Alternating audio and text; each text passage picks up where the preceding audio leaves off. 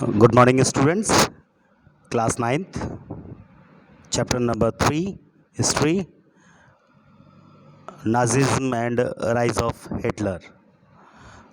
And जिस topic के बारे में आज हम बात करने वाले हैं वो रेशियल यूटोपिया, नस्ली कल्पना लोक यूटोपिया के बारे में है। सबसे पहले इस पर चर्चा करते हैं, देन नेक्स्ट टॉपिक के बारे में बात करेंगे।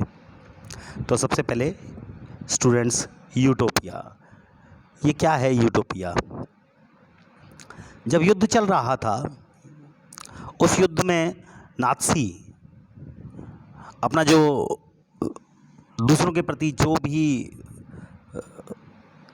चीज़ें प्रस्तुत कर रहे थे, चाहे वो दूसरों को मारकर या अपनी नस्ल के लिए एक नई तरीके का संसार बसाने के लिए, आदर्श विश्व के निर्माण के लिए, इस काम में वो लगे हुए थे।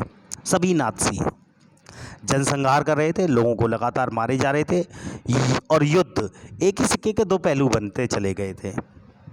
Under the shadow of war the Nazis proceeded to realize their murderous racial ideal, genocide and war became two sides of the same coin.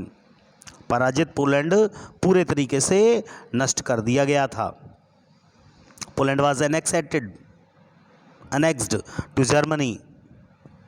उसके ज़्यादातर हिस्से जर्मनी में मिला लिए गए। पोलैंड के लोगों को अपने घर, माल, जो भी सामान था वो सब छोड़कर भागने के लिए मजबूर कर दिया गया, ताकि क्या हो सके, जर्मनी के कब्जे वाले यूरोप में रहने वाले जर्मनों को वहाँ लाकर बसाया जा सके। यानी जो जर्मनी लोगों के पास घर नहीं है उन्हें वहाँ लाकर बसाया जा सके, अच्छी तरह रखा जा सके। Poles were forced to leave their homes and properties behind to be occupied by ethnic Germans brought in from occupied Europe.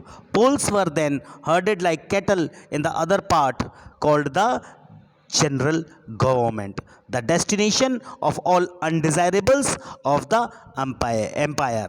यानी क्या कर दिया गया? वो कहते हैं कि जितने भी पोलैंड वासी थे उनको जानवरों की तरह, मवेशियों की तरह खदेड़ दिया गया और कहाँ बसा दिया गया? उनको जनरल गवर्नमेंट नामक दूसरे हिस्से में पहुँचा दिया गया। जर्मन जो हिस्सा था, जर्मन साम्राज्य था, उसमें मौजूद तमाम अवांछित जो तत्व थे उनको जनरल गवर्नमेंट नामक इसी इलाके में लाकर रखा जाता था। जनरल गवर्नमेंट एक ऐसी जगह बना दी गई जहां पर अवांछित तत्वों को, यानी जिन्हें जर्मनी वाले लोग पसंद नहीं करते थे, जर्मनवासी पसंद नहीं करते थे, उनको उन जगहों पर लाकर रख दिया गया। पोलैंड के जो बुद्धिजीवी थे उनको बड़े पैमाने पर मौत के घाट उतार दिया गया। यानी जो लोगों को की सोच बदल सकते थे, ऐसे लोगों को मारना शुरू कर दिया गया। कोई राइटर है, कोई अच्छा व्यक्ति है जो दूसरों की सोच को बदल सकता है या उन्हें समझा सकता है, ऐसे लोगों को भी क्या कर दिया गया? मौत के घाट उतारना शुरू कर दिया गया। Entire peoples intellectually and spiritually servile Polish children who looked like Aryans were forcibly snatched from their mothers and examined by race experts. यानी जो पॉलिश बच्चे किसकी तरह नज़र आते थे? आर्यंस की तरह नज़र आते थे, क्योंकि जर्मनी वाले लोग और जो पॉलिश लोग होते हैं, दोनों की जो नस्ल होती है वो सेम टाइप की होती है ना? तो क्या किया गया? आर्य जैसे लगने वाले जितने भी पोलैंड के बच्चे थे उनके किससे छीन लिए गए? उनके माँ बाप से छीन लिए गए और क्या कहाँ भेज दिए गए? नस्ल की जांच के लिए। किसके पास? नस्ल विशेषज्ञों के पास, कि भाई इन्हें जांचो, क्या ये आर्यंस हैं या ये पोलैंडियन हैं। अगर वे नस्ली जांच में कामयाब हो जाते थे तो उन्हें जर्मन परिवारों में पाला जाता था, यानी जर्मनी वालों को दे दिया जाता था और कहा जाता था आप पालिए इन्हें।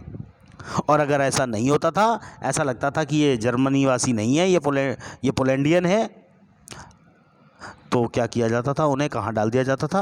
अनाथ आश्रमों में डाल दिया जाता था, जहाँ उनमें से ज़्यादातर बच्चे मर जाया करते थे।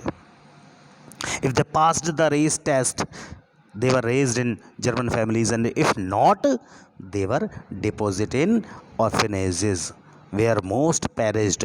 With some of the largest ghettos and gas chambers, the general government also served as the killing fields for the Jews. क्या होता था वहाँ पर? जनरल गवर्नमेंट में कुछ बड़े बड़े घेटो बनाए गए थे और गैस चैम्बर बनाए गए थे।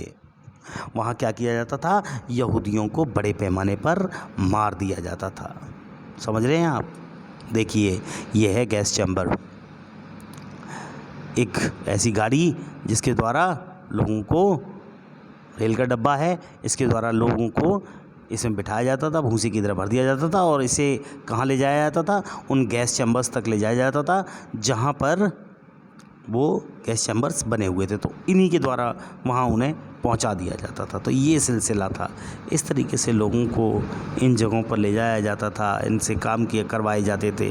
तो आप इन सब चीज़ों को देखेंगे तो आपको पता चलेगा। देखिए केवल आर्यों के लिए बेंचेस बनी हुई हैं, यहाँ पर कोई और नहीं बैठ सकता था, है ना। इस तरीके की कुछ ऐसे सिलसिले हैं। या देखेंगे आप नीचे चित्र जो है इसमें देखेंगे कि वो व्यक्ति कह रहा है कि मेरे पास बेचने के लिए बस यही है ना। घेटों के लोगों के पास जीने का कोई रास्ता नहीं बचा था, बुरी तरीके से उन्हें जो है इसमें धकेल दिया गया, यहाँ परेशान करने के लिए छोड़ दिया गया। यहाँ लोग हैं, भागने की कोशिश में उसकी मौत हो चुकी है। यातना गृह के चारों तरफ लगी तारों में करंट चलता था, तो इसलिए वो निकलने की कोशिश की तो पकड़ा गया, उसमें फंस गया और मर गया। और क्या हुआ, गैस चैम्बर के बाहर कपड़ों के ढेर लगे हुए हैं, आप देख रहे हैं यहाँ कितने सारे ढेर हैं। जितने भी व्यक्ति मर जाया करते थे उनके कपड़े यहीं डाल दिए गए हैं, तो देख रहे हैं आप कितने गट्ठर लगे हुए हैं। इस तरीके की चीज़ें हमें देखने को मिलती थी। इसके अलावा नीचे यातना गृह है एक, इस यातना गृह में लोग, बीच में एक गैपिंग होती थी जिसमें गार्ड पहरा देती रहती थी। एक यातना गृह ये बना हुआ है, तो कितना बुरा एहसास होता होगा। अंतिम समाधान से पहले कैदियों के छीने गए जूते, कितने लाखों की संख्या में जूते होंगे शायद ये, और इतने लोगों को अंतिम समाधान के लिए जब ले जाया जाता था तो उनकी स्थिति के बारे में यहाँ पर चर्चा की गई है कि क्या स्थिति होती होगी। नाज़ी जर्मनी युवाओं की स्थिति क्या थी उस समय, उसके बारे में बात करते हैं, यानी यूथ के बारे में, उस यूथ के बारे में जो नाज़ी जर्मनी लोगों की थी।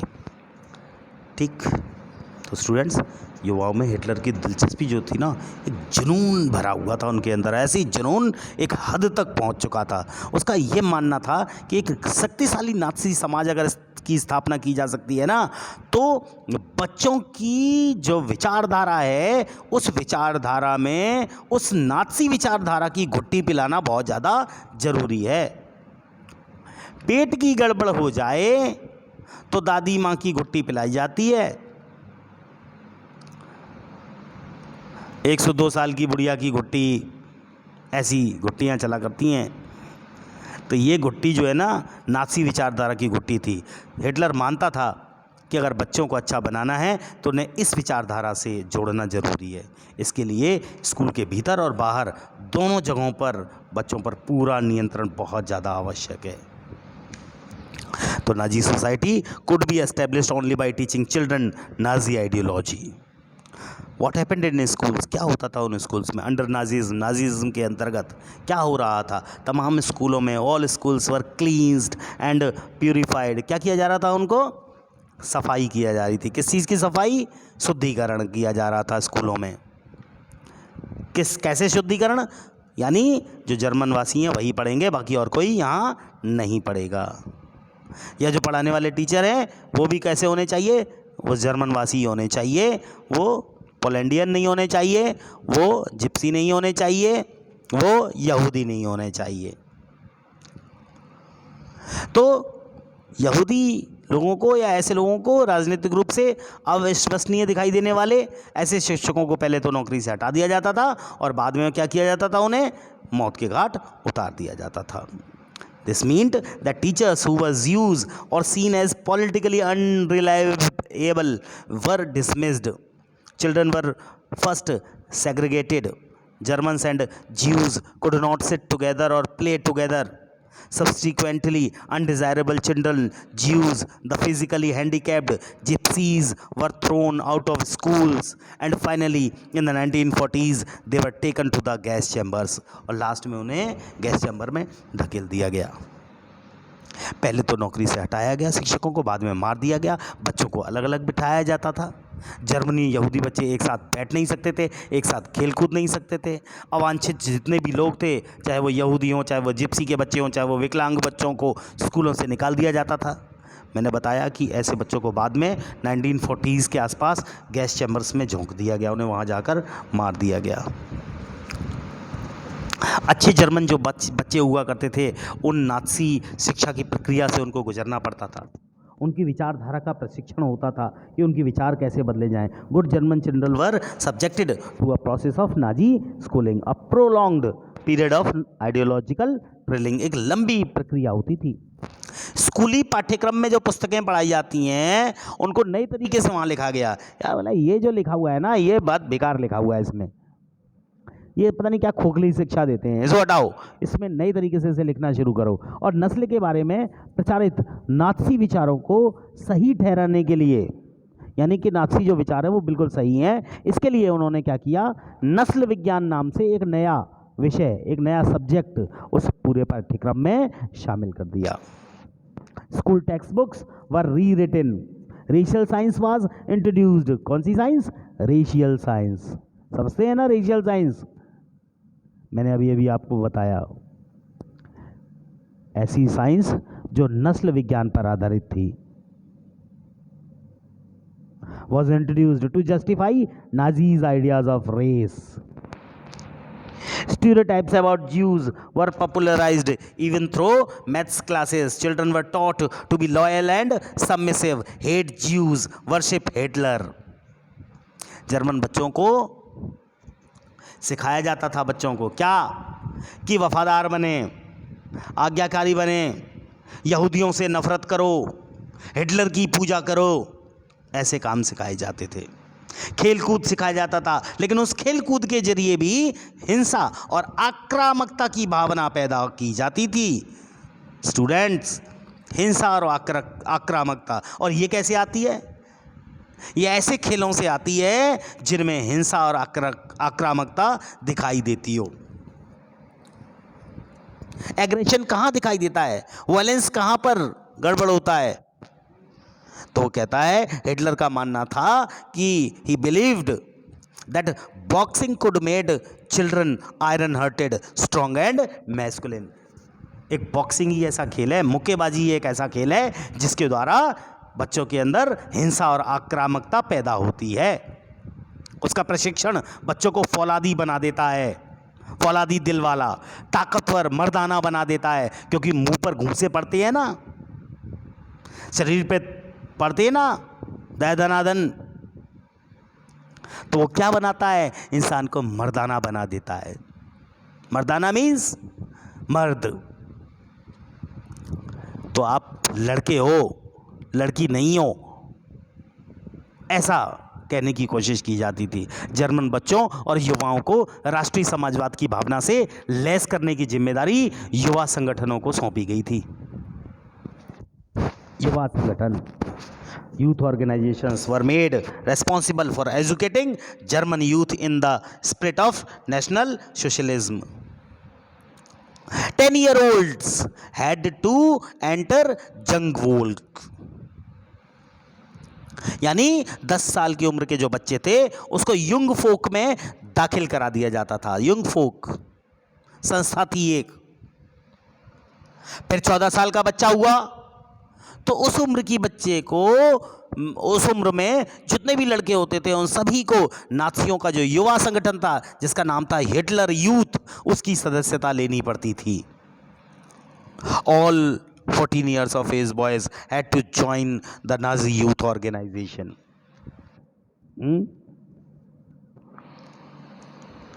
Where they have learned to worship war, glorify aggression and violence, condemn democracy. वहाँ क्या सीखता था? इस संगठन में युद्ध की उपासना, आक्रामकता, हिंसा, लोकतंत्र की निंदा करना, यहूदियों, कम्युनिस्टों, जिप्सी, अवांछितों से घृणा, ये सिखाया जाता था वहाँ पर। विचारधारा एकदम गहन होती थी, शारीरिक प्रशिक्षण दिया जाता था। और 18 साल की उम्र में जब वो बच्चा 18 साल का हो जाता था, ऐसी अवस्था में, ऐसी उम्र में उसे लेबर सर्विस यानी श्रम सेवा में शामिल करा दिया जाता था। इसके बाद उन्हें सेना में काम करना पड़ता था और किसी नाज़ी संगठन की सदस्यता लेनी पड़ती थी। तो ये थी सारी परिस्थितियाँ। They had to serve in the armed forces and enter one of the Nazis organization. The Youth League of the Nazis was founded in 1922. Youth जो लीग थी नाजीज की, उसकी कब स्थापना की गई थी? 1922 में। 4 years later it was renamed Hitler youth, और 4 साल बाद उसका नाम बदलकर क्या रख दिया गया? हिटलर यूथ रख दिया गया।